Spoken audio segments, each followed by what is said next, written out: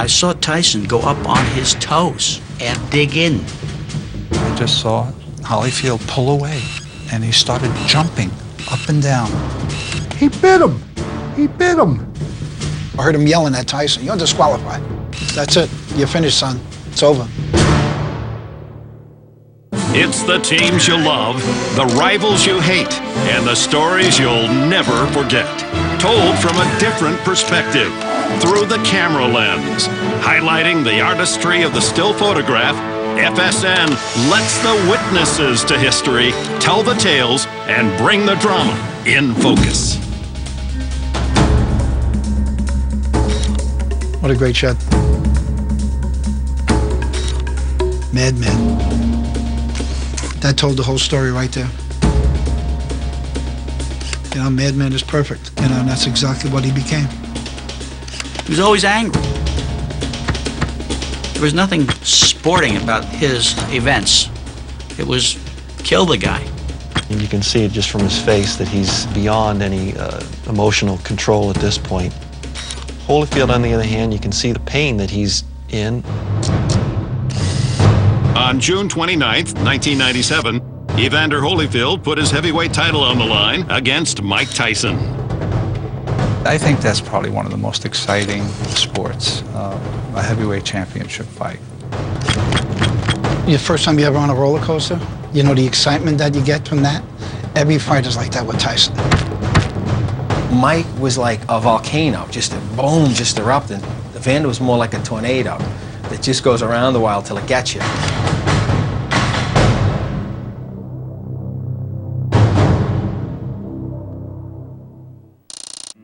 Both Mike Tyson and Evander Holyfield came from disadvantaged backgrounds. Holyfield from the projects of Atlanta, and Tyson from the Brownsville section of Brooklyn. But the similarities end there.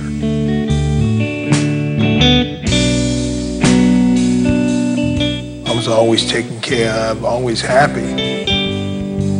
My mother was very structured, but the three things that she pretty much taught me: listen, follow directions, not quit. And I find them three things are the things that allow me to be successful when I think about the reason I'm the person that I am today and the things that I accomplished. Evander evoked a calmness. When he walked into the ring, it was very spiritual.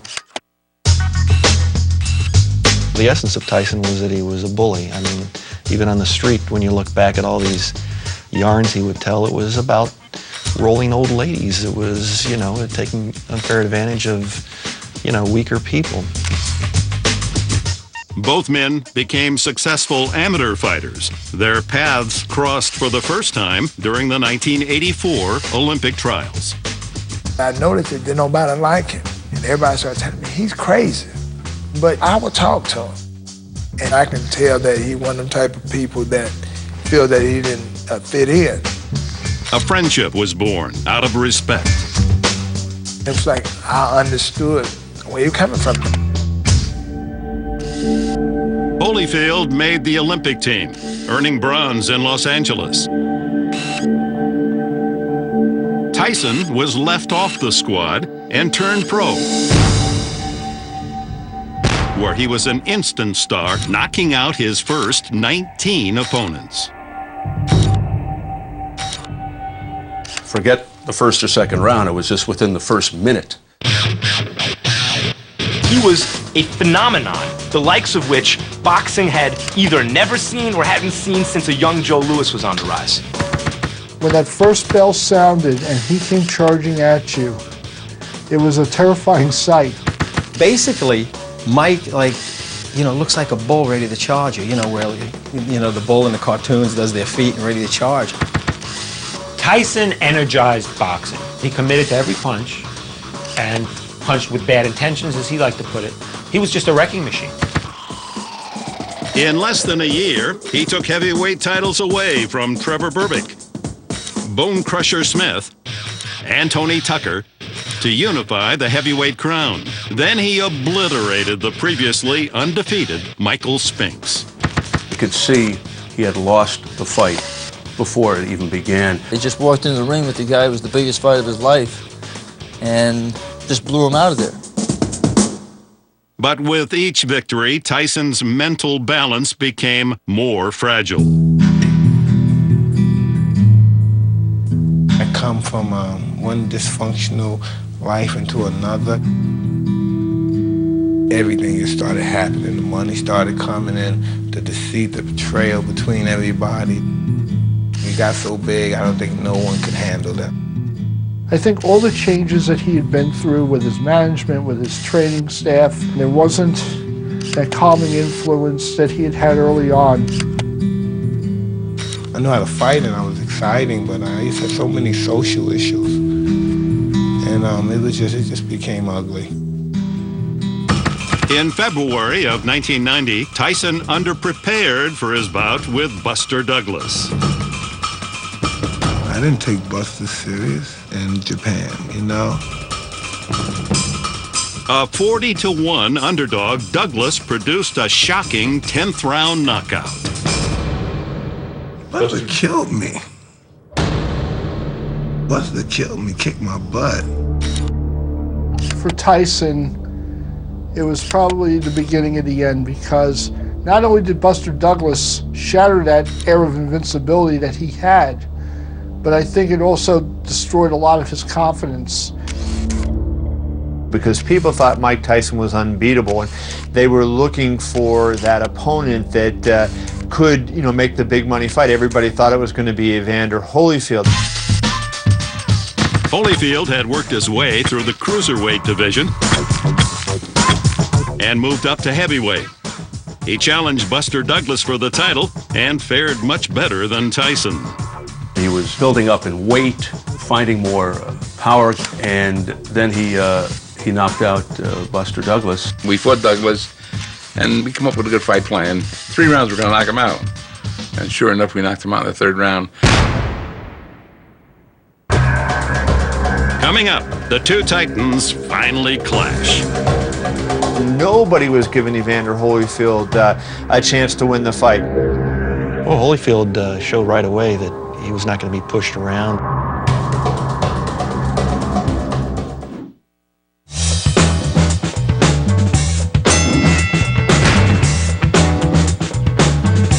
In 1991, Mike Tyson and Evander Holyfield were the top 2 heavyweights in the world. They were scheduled to fight for Holyfield's undisputed crown, but Tyson became sidetracked.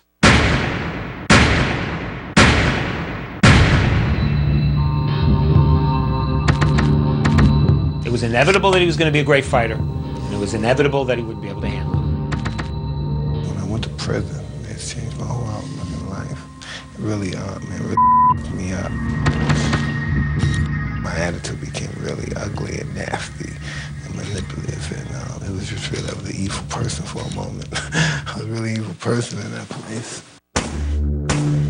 While Tyson was behind bars, Holyfield lost his titles to Michael Moore and ultimately was forced to retire due to a heart condition. I remember my nephews and my trainer, them got tears in their eye. They thinking I'm getting ready to die. Tyson was released from prison in 1995 and immediately resumed his career, although the competition was questionable. Tyson started slow when he came out of prison against Peter McNeely. Didn't look pretty good, but Peter McNeely was not much of an opponent. But very quickly, Tyson won the heavyweight championship back. He was back to scaring guys. Bruce Seldon almost melted at the sight of Mike Tyson. Holyfield, meanwhile, was cleared to fight again. It was actually a misdiagnosis, and they initially diagnosed him with having heart problems. I think it was just a case of him being overhydrated. He returned to the ring in unimpressive fashion. His fight against Bobby Chesney looked very poor. There was questions whether his heart was strong enough. He had taken a lot of punishment in his fights with Riddick Bowe. Tyson's camp saw weakness and rescheduled the fight. This whole comeback was just a series of setups for Tyson, and Holyfield got thrown in the mix almost by accident. They thought, this guy is ripe. He's as no better than Peter McNeely. Holyfield started as a 25-1 underdog and the perfect counter for boxing's bad boy. With all due respect to the Vandies, I thought, man, he shouldn't get in the ring with Mike. And there was a lot of question, hey, is Evander Holyfield safe to fight this monster Mike Tyson? The feeling in town was that Mike Tyson is going to kill this guy. Holyfield entered the ring as the fan favorite.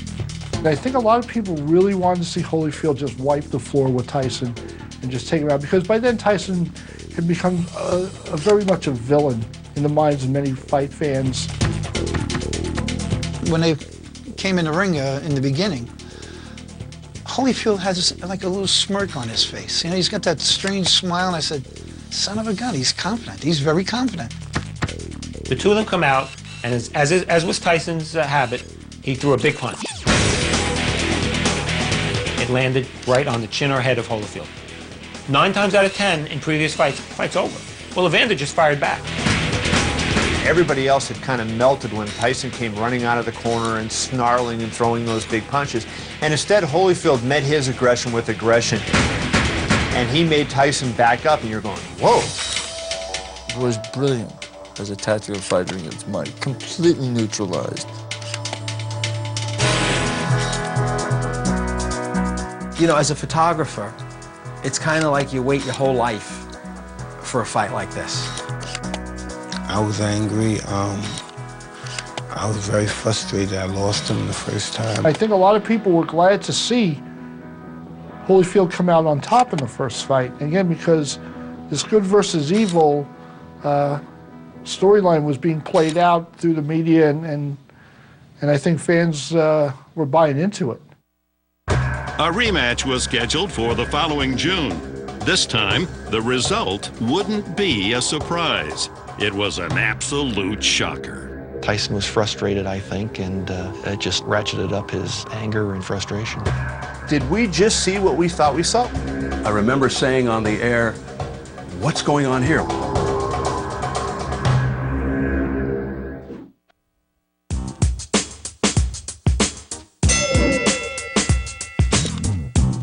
In November of 1996, Evander Holyfield surprised Mike Tyson with an 11th round TKO in their heavyweight championship fight.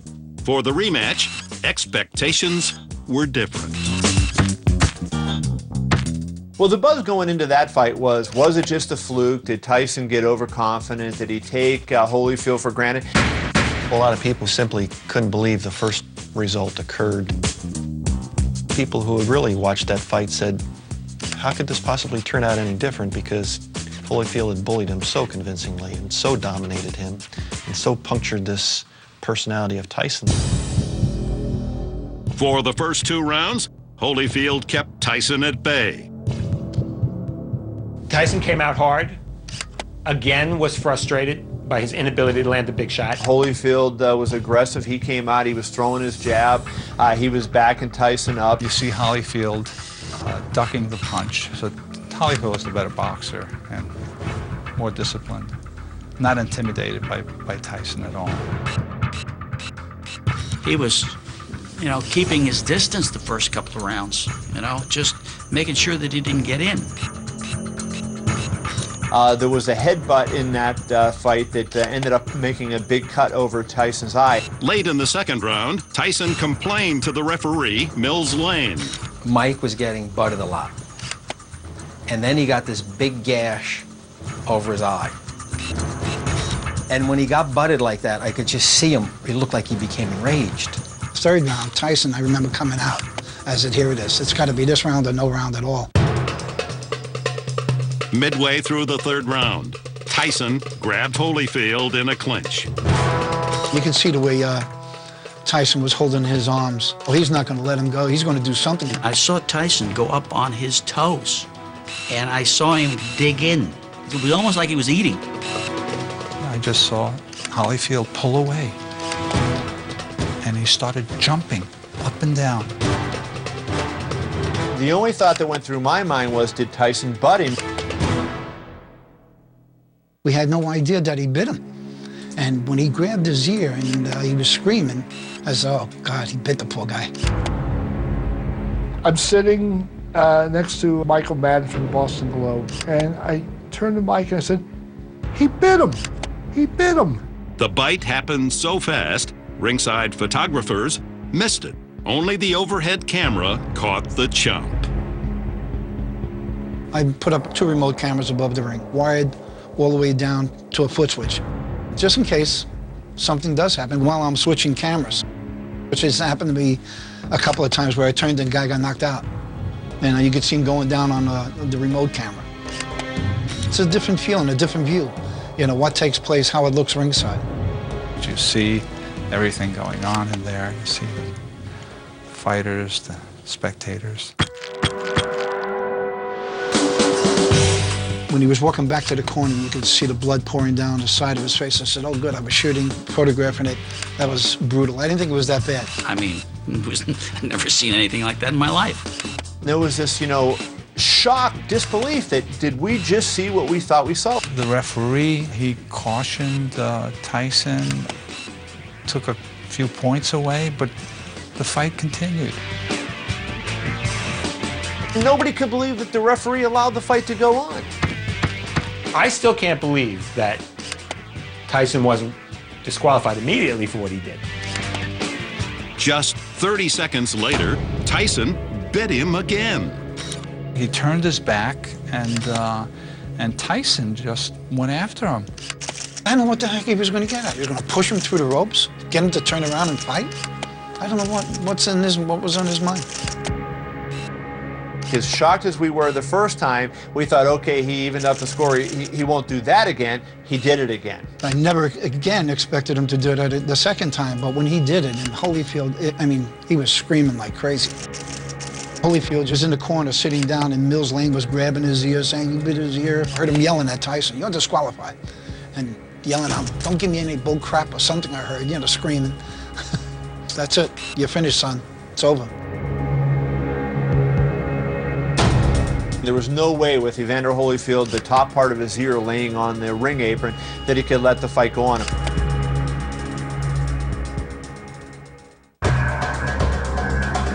Coming up, the angry aftermath. There was a lot of confusion. I mean, even Tyson didn't know what to make of this. Okay, what's going to happen now? He just wants to tear anybody in his way. He wants to tear them apart.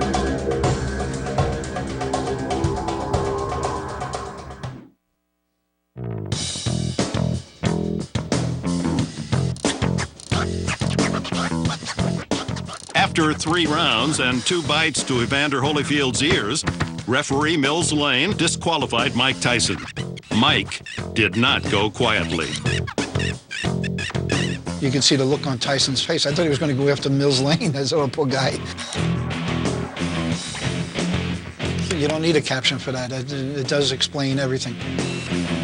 When the fight is stopped, you tend to try and get peripheral images. The corner, the fighter in the corner, the loser. Tyson was livid. He erupted into a rage. He was angry. I mean, you could see how angry the man is. And matter of fact, I think he was even throwing punches at the police, everybody that was in the ring. Just all hell broke loose. I was in Tyson's corner, and all kinds of security and police rushed the ring. He was still trying to get at Holyfield. At this point, people were throwing stuff into the ring. The normal thing is to jump up on the ring and try to shoot pictures of the craziness going on, except when you got a crazy man running around trying to kill people with his punches, it's a little different. There's pandemonium in the arena, there's pandemonium in the ring. I mean, everywhere you look, there was pandemonium. And you're just, a lot of us sitting in ringside, we were fearful for our own safety, not knowing what was going to happen. Boxing's boxing, but in such a high-profile fight, for this unbelievable thing to happen was just, it was surreal. And there have been some crazy things in Vegas over the years, but nothing like this. Eventually, the ring was cleared and order restored. He spits, like with this nasty, like this disdain look on his face. and I see this thing with blood, like a little elbow macaroni, come out of his mouth. Packing my cameras away, and I looked over, I says, holy crap, there's a piece of his ear. So I photographed it, and I couldn't believe it. You rarely go to an event that has that kind of drama. It's amazing. That look, every time I see it, it's not human. It's just, you know, he just lost it.